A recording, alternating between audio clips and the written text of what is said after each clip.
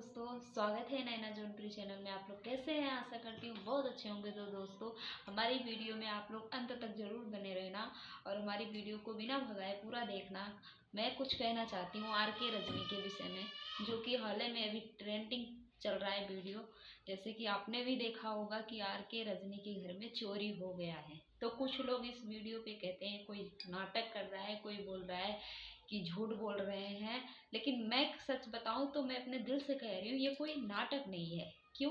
क्योंकि मैं भी एक यूट्यूबर हूँ, मैं भी यूट्यूब पे काम करती हूँ। मैं भी ये जानती हूँ कि यूट्यूब पे इंसान जीरो से लेकर जब मिलियन तक पहुँचता है ना, उसके लिए कितना मेहनत किया होगा उसने।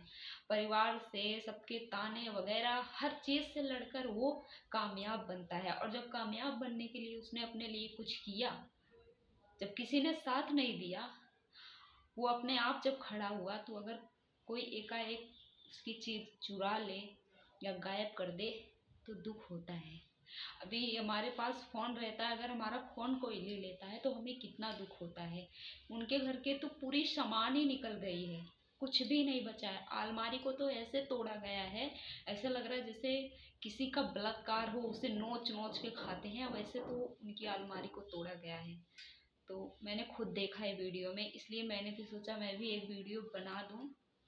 फिलहाल तो मैं कुछ उनकी लगती नहीं हूँ, लेकिन एक यूट्यूबर हूँ, इसलिए सिस्टर कह लो चाहे कुछ भी कह लो, यहाँ तो एक रिश्ता अपने आप ही बन जाता है जब कोई यूट्यूब पे सच्चे दिल से काम करने लगता है।